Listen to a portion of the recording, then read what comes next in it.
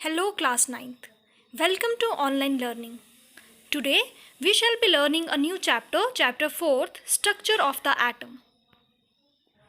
We will cover the following topics in this chapter: charged particles in matter, Thomson's model of an atom, Rutherford's model of an atom, Bohr's model of an atom, valency, atomic number and mass number, and lastly isotopes and isobars.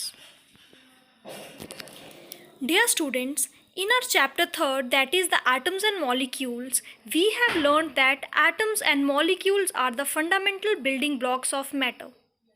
Also, according to Dalton's atomic theory, atom is the smallest indivisible particle. But atom is no longer a indivisible particle. It can be divided into following three subatomic particles: electrons, protons, and neutrons. Electrons are negatively charged particles and are represented by E negative.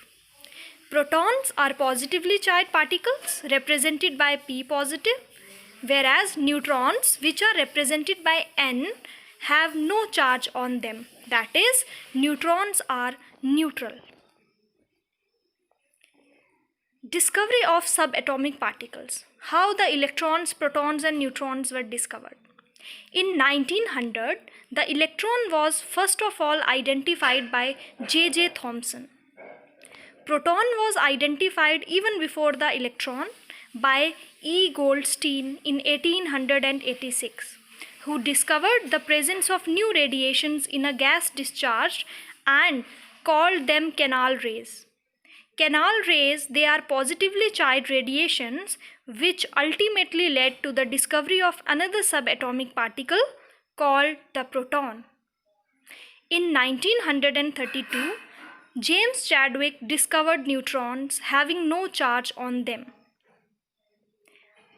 The mass of proton is approximately 2000 times as that of the electron. The mass of a proton is equal to the mass of hydrogen atom and is taken as 1 unit. If we talk about the structure of an atom, J.J. Thomson was the first one to propose a model for the structure of an atom. So, his model was named as Thomson's model of an atom.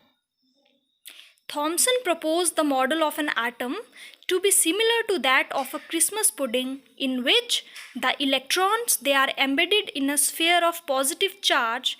These electrons were like dry fruits. We can also think of a watermelon. The positive charge in the atom is spread all over like the red edible part of the watermelon, while the electrons are studied in like the seeds in the watermelon. The diagram shows the Thomson's atomic model, that according to him, an atom is a sphere of positively charged particles called protons, and electrons are embedded in it, just like the seeds of watermelon are embedded in the red edible part of the watermelon. Thomson proposed that an atom consists of a positively charged sphere and the electrons are embedded in it. Also, according to Thomson, the negative and positive charges are equal in magnitude. So, the atom as a whole is electrically neutral. Limitations of Thomson's model.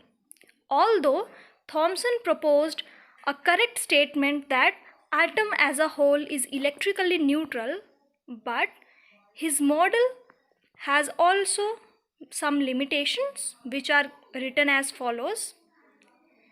Thomson failed to explain how the protons hold on the electrons inside an atom. Although Thomson stated that in an atom there are electrons and protons, but how these protons they hold the electrons inside an atom, that was not explained by Thomson. Thomson's model could not explain the atom's stability. This model does not explain anything about the nucleus of an atom.